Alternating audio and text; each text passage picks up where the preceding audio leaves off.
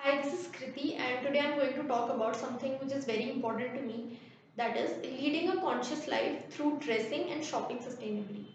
And how does one do that? It is by quitting fast fashion or reducing its consumption as much as one can.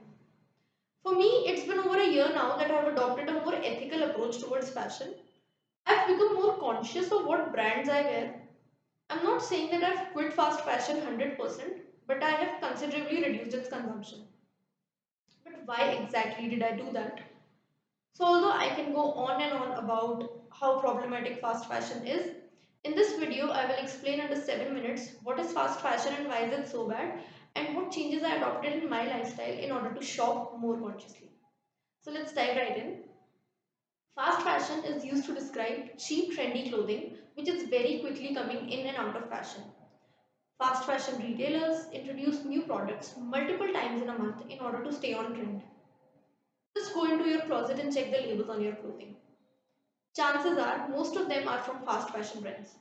So, how did fast fashion manage to take over our closets and become so successful?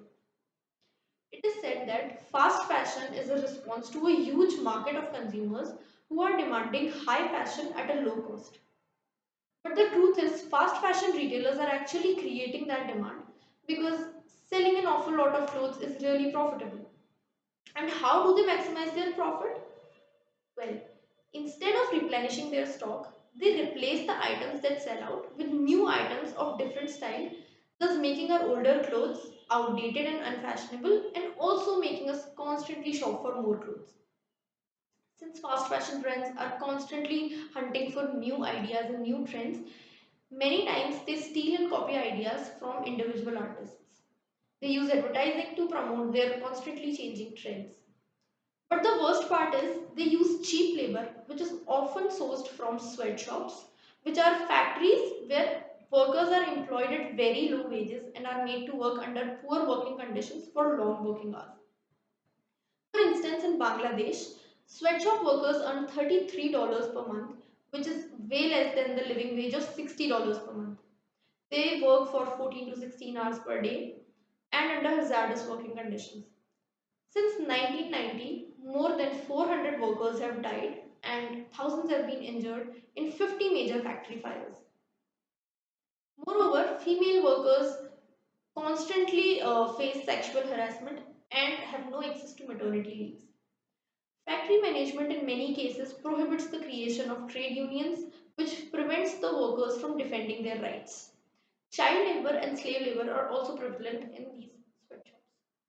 Apart from this, fast fashion also comes at a huge environmental cost. Garment production in unregulated factories often resulted in toxic chemicals being used to create vibrant prints, patterns, and colors.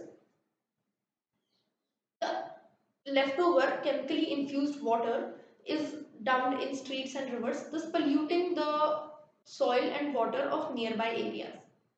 The textile industry is also the second largest consumer of water worldwide. You'll be shocked to know that it takes about 700 gallons of water to produce one cotton t-shirt. That is enough water for a person to drink at least 8 cups of water per day for 3.5 years. Can you guess the water consumption in the production of a single pair of jeans? Let me tell you, it is 2000 gallons of water. Now, do you really think you need 10 pairs of jeans? Something to think about, right? Moving on, since fast fashion is so cheap and disposable, consumers are throwing away their clothes at unprecedented rates. 85% of textiles end up in landfills every year. Lastly, according to reports, textile industry emits more greenhouse gases than international shipping and aviation combined, with some reports even claiming that it is the second dirtiest industry in the world. Fast fashion takes fashion victim to a whole new level. And if you are a fashion victim, Stop it. Get some help. to begin with, you could also adopt the following changes that I adopted in my lifestyle. So, the first one is questioning your shopping habits. Ask yourself whether you really need an item of clothing before you buy it. Question the exact reason you're buying it, what materials it is made of, how often are you going to wear it, and what it adds to your wardrobe. If you cannot tick all the four boxes, then that item is probably not worth spending your money on. Second is thrifting. With thrifting, you're not exactly promoting or supporting ethical businesses, but you are not contributing in the production of new clothes. Buying second-hand clothes is a great way to reduce our carbon footprint and reducing the negative impact on environment. Third is checking the materials and avoiding the fabrics like polyester and viscose rayon, which is 60% plastic. Lastly, even if you buy fast fashion, you're not wrong. Just be mindful of how often are you going to wear it.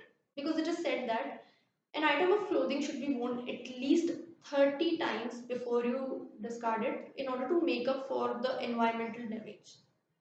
That's all for this video. Thank you for listening.